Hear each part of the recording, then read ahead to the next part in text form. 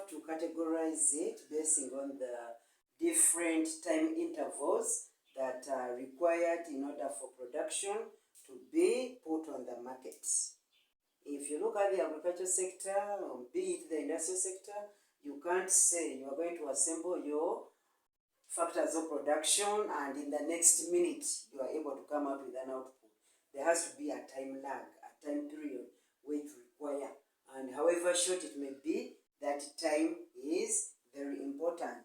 And time, as we said, is also a resource which is scarce, and we need to consider it when we talk of supply. And that time gives us the demarcation of the periods used in supply, whereby a producer may be confronted with a very short period. In economics, we call it a short run. The issue of run does not mean this kind of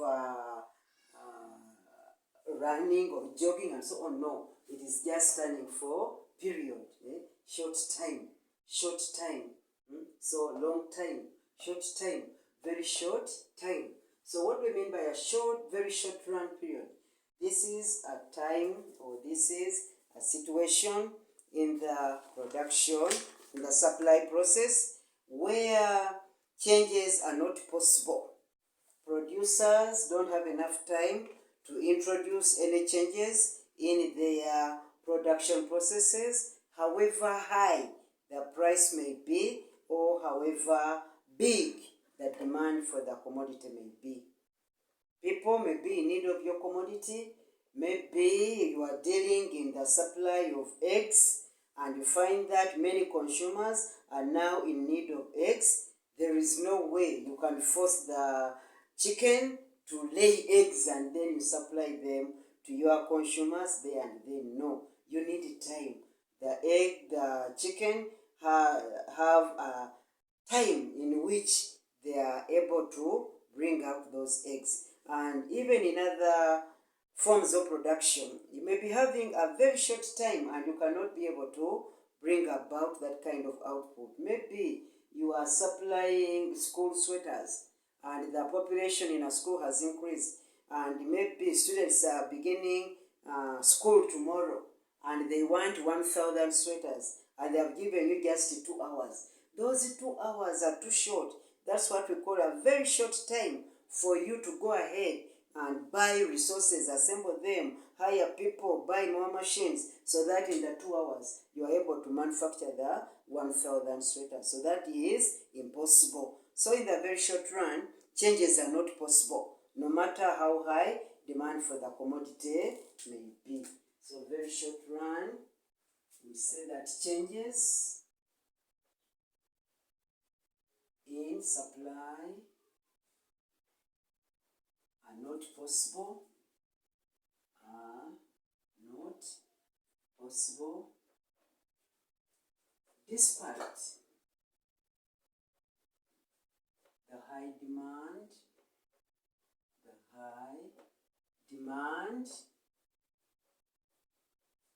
for your product at that time,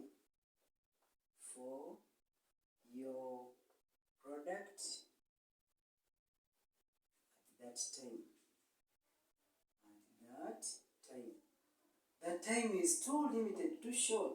You may be in need of looking for resources, raw materials, but the time is very short that cannot even get those raw materials to increase the supply. So you end up not doing anything or not introducing any changes. Why? Because you are given a limited time rate to change your production process. Then short run period. So you can move from the very short run and you come to the long run.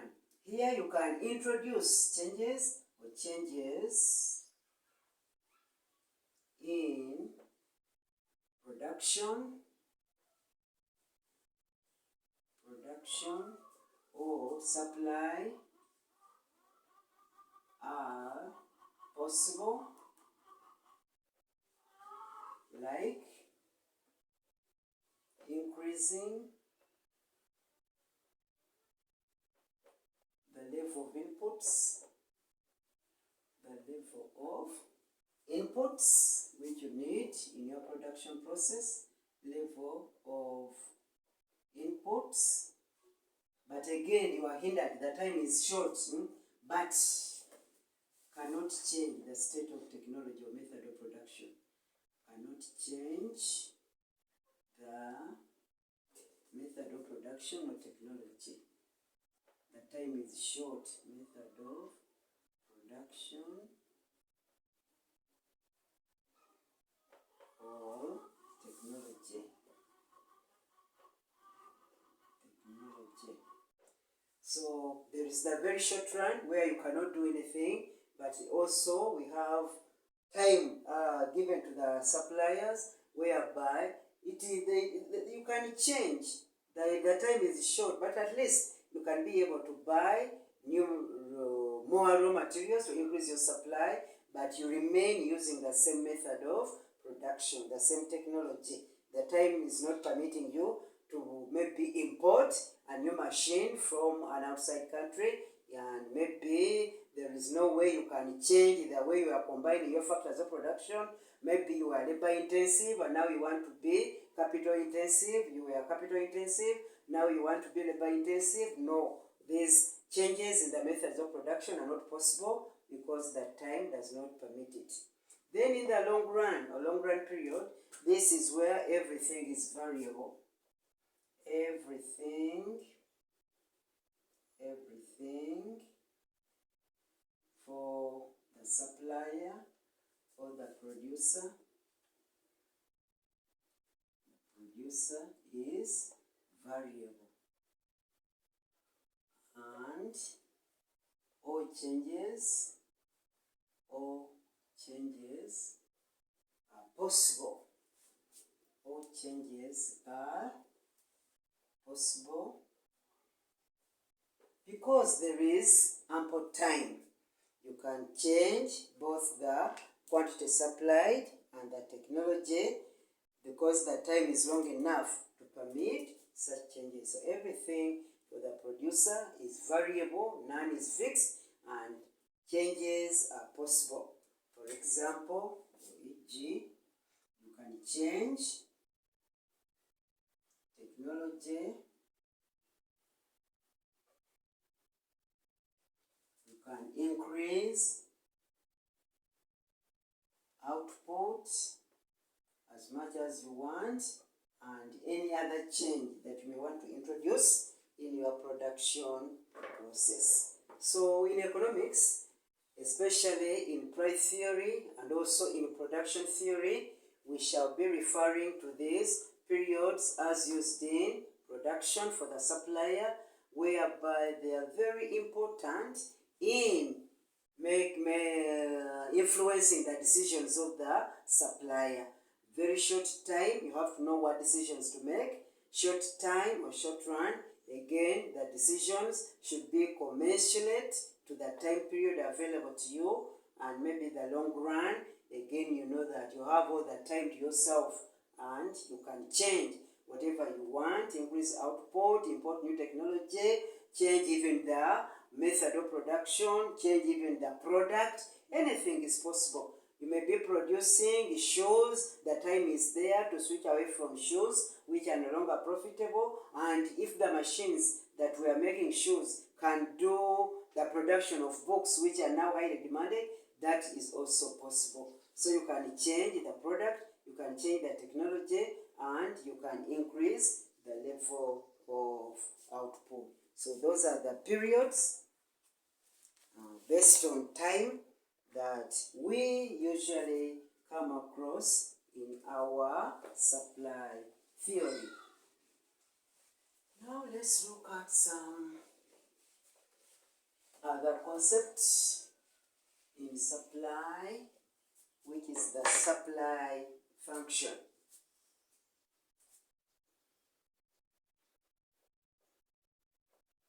Supply function. This simply means that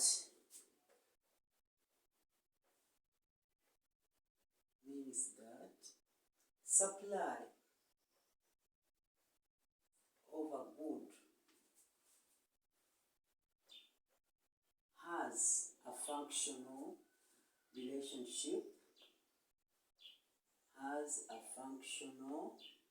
relationship, with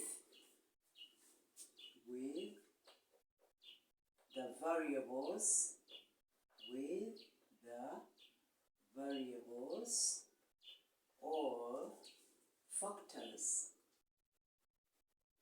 which affect supply, or influence supply. Meaning that in order for supply of a given good to take place, there are certain factors that need to be present. Those factors have a function to play in order to bring about supply of a given good or service. You can never have a given amount of that good or service unless if one, two, or all those factors are present. So supply function is simply a mathematical relationship. This is a mathematical relationship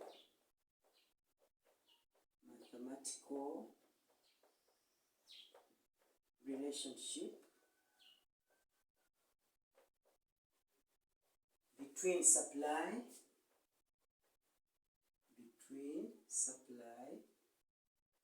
and factors affecting supply.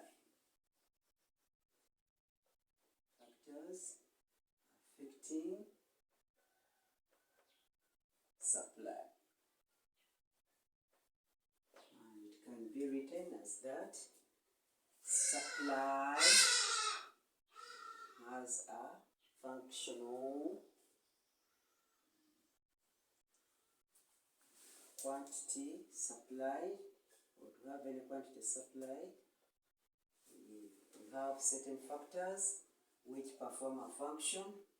For example, P1, P2, C, T, GP, S, NF, just to mention a few, where P1 is price of the commodity, price of the commodity or product.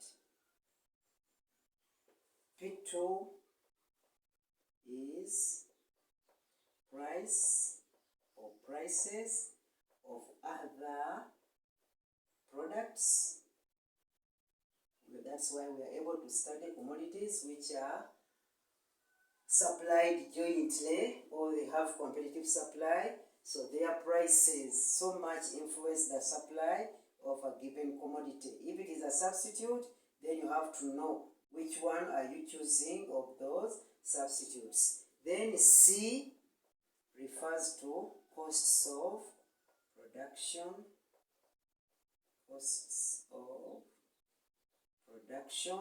Those are the expenses incurred which may be visible and invisible in the production process. Then T is the technology. So again, in order to come up with a given quantity of goods supplied, there is no way you can neglect the element of techniques of production technology used. So technology has a function to play in influencing the quantity supplied of a commodity. Then we have GP. It's not general paper, but it is government policy.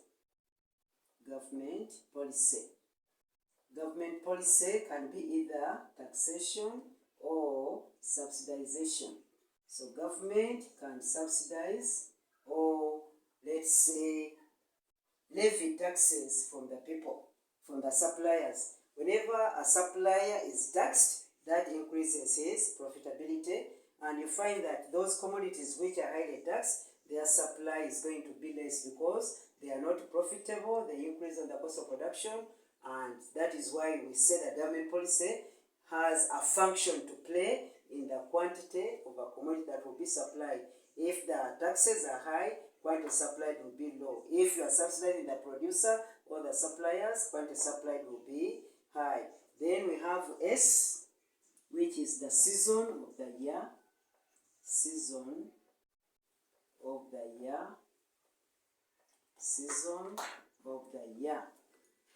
So some commodities or some products are seasonal and their supply may appear either once or twice in a year, and you find that that will determine when you are going to avail that product on the market. Are you bringing it at the right time, or is it the wrong season? If it is a wrong season, you won't sell.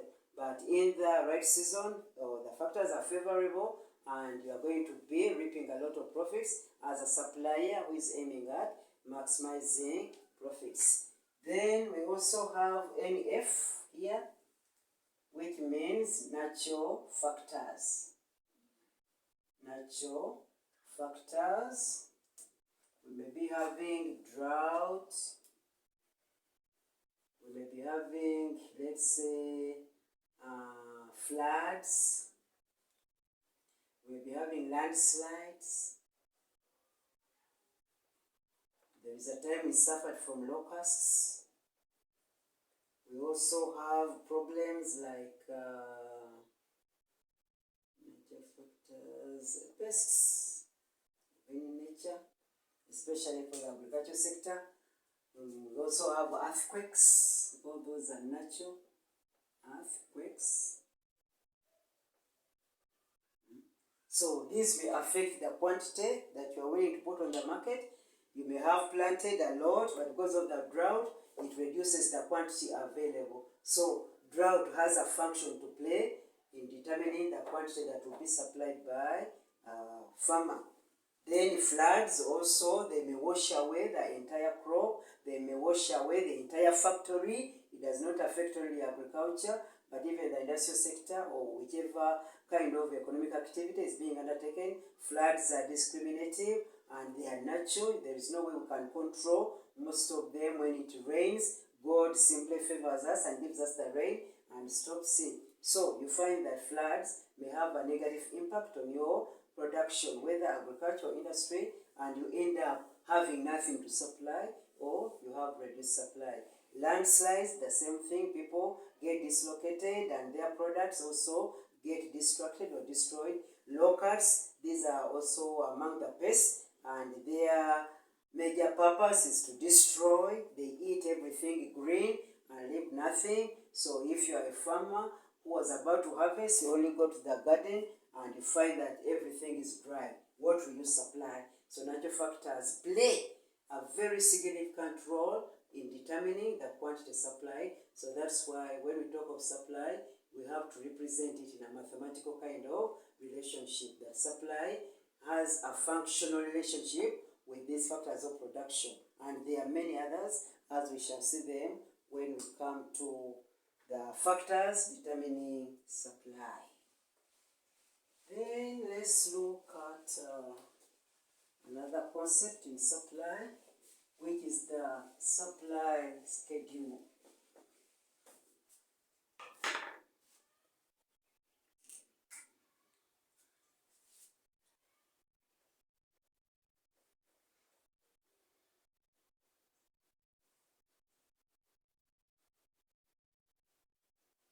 So this is simply a tabular, from the word table, tabular representation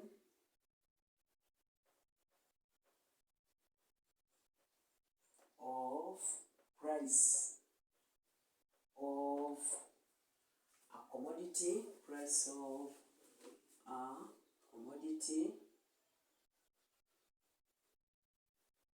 in relation to quantity supplied. In relation to quantity supplied. So when we talk of a supply schedule, it is simply a tabular representation. You draw a table, and in that table you have two variables. One variable is the price of the commodity, and the other variable is the amount supplied or quantity supplied. For example, we have only two variables in our table. You find that here we have the price of commodity X and then quantity supplied of X.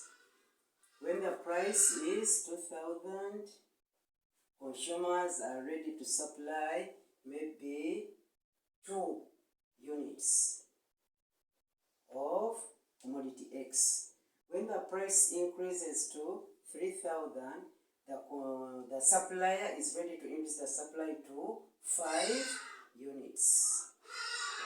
When the price increases to 4,000, there we can see that our supplier can now supply 7 units. It increases further to 5,000 shillings per unit and will supply 12 units.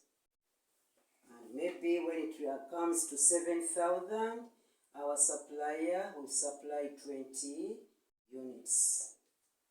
So that representation is what we call the supply schedule. You are representing your supply, quantity supplied of a commodity alongside the various prices. And then there is a lesson we learn from there. If you observe critically, you can see that when the price is in shillings, when the price is 2,000 shillings, our supplier is not so happy. You only supply 2 units because the price is not very encouraging.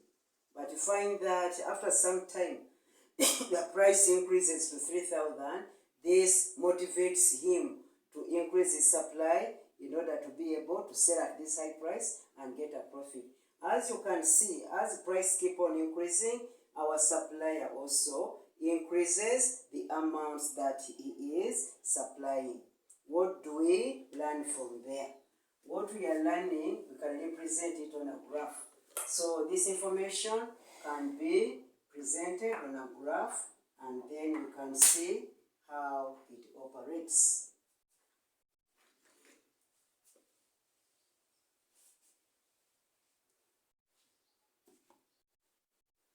Graph. We are transferring our information in the table to a graph.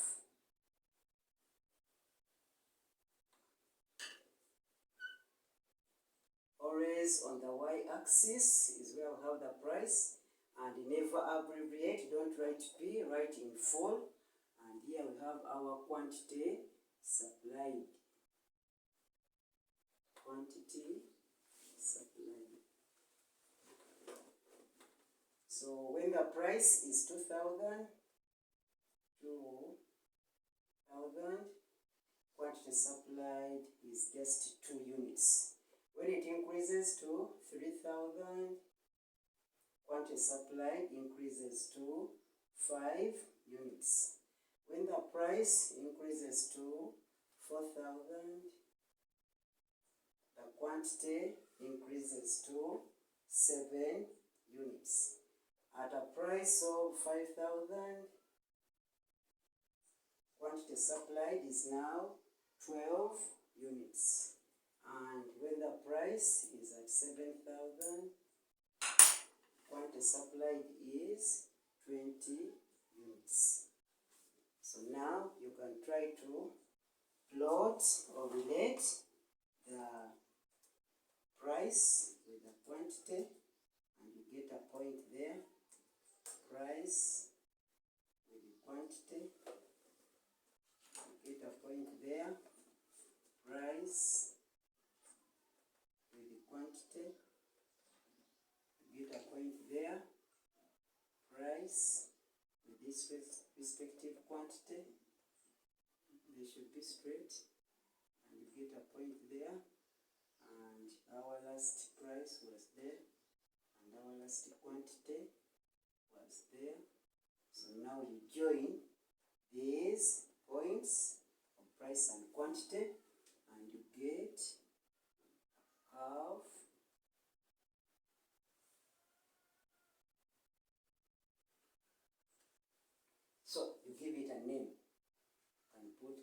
S here. So this is now our supply curve. Supply curve, and it is a graphical representation of the table. Whatever is in the table, we have now converted it into a graph by plotting prices alongside the quantity supply, and when we connect the points, we get what we call a supply curve. And as you can see, we are moving in that direction. We are moving in that direction. From a lower price, we get a small quantity, but as price increases, we are moving like that. So it is a positive kind of movement. So whenever we transfer our tabular information into a graph, the curve we get out of it is what we call the supply curve. Supply curve. And the supply curve is a graphical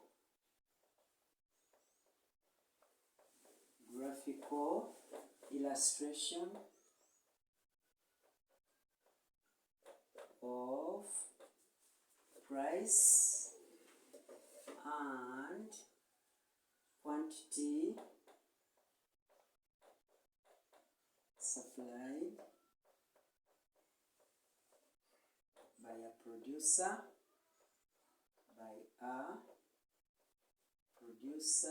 at a given time. And from our curve, from our supply curve,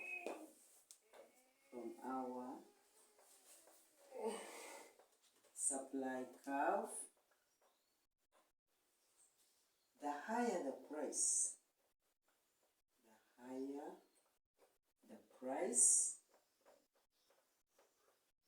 of the commodity, the price of the commodity, the higher the quantity supplied,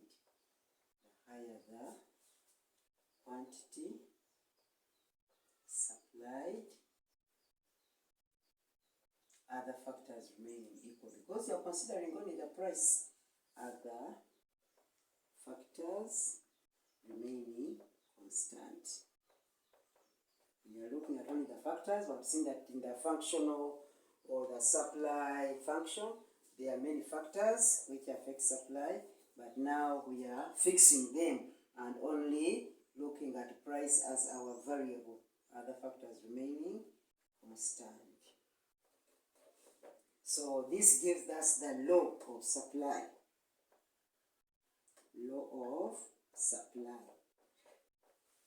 We can now say that we can be able to get a law of supply which states that the higher the price, the higher the quantity supply of a commodity, other factors remaining constant. So this is now our law of supply. How do we get it? We get it from the supply curve, which is derived from the supply function.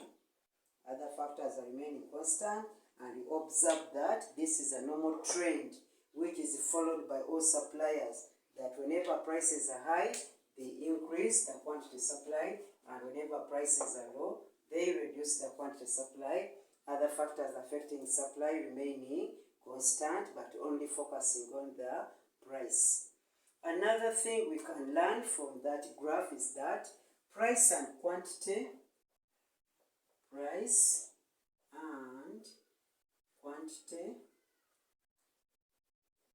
have a direct relationship.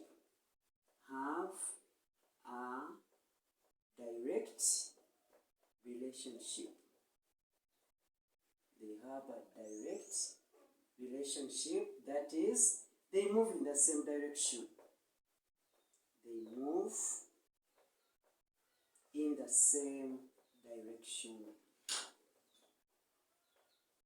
How? Whenever price increases, supply or quantity supplied also increases. Whenever price reduces, quantity supplied also reduces. That's what we mean by moving in the direct, or having a direct relationship and moving in the same direction. Whenever one increases, the other also increases. Whenever one lowers, the other also lowers. Unlike in demand, where in demand they move in opposite directions, so they have an inverse relationship. Price increases for a commodity, demand moves the opposite direction. Price lowers for a commodity, demand increases. So these have an inverse relationship, whereas these ones have a direct relationship, moving in the same direction, but these ones move in the opposite direction.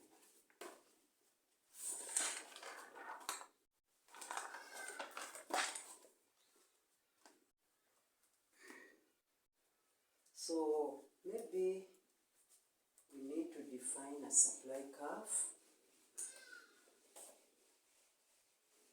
as it is there in our diagram.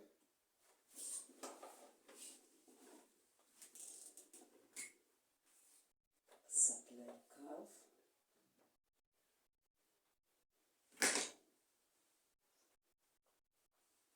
Is a locus. Locus meaning location, coming from location. Locus of points showing the price of a commodity and the quantity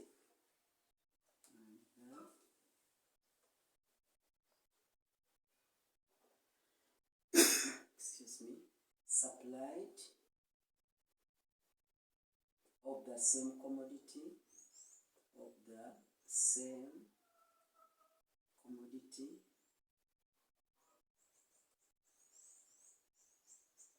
at various time intervals.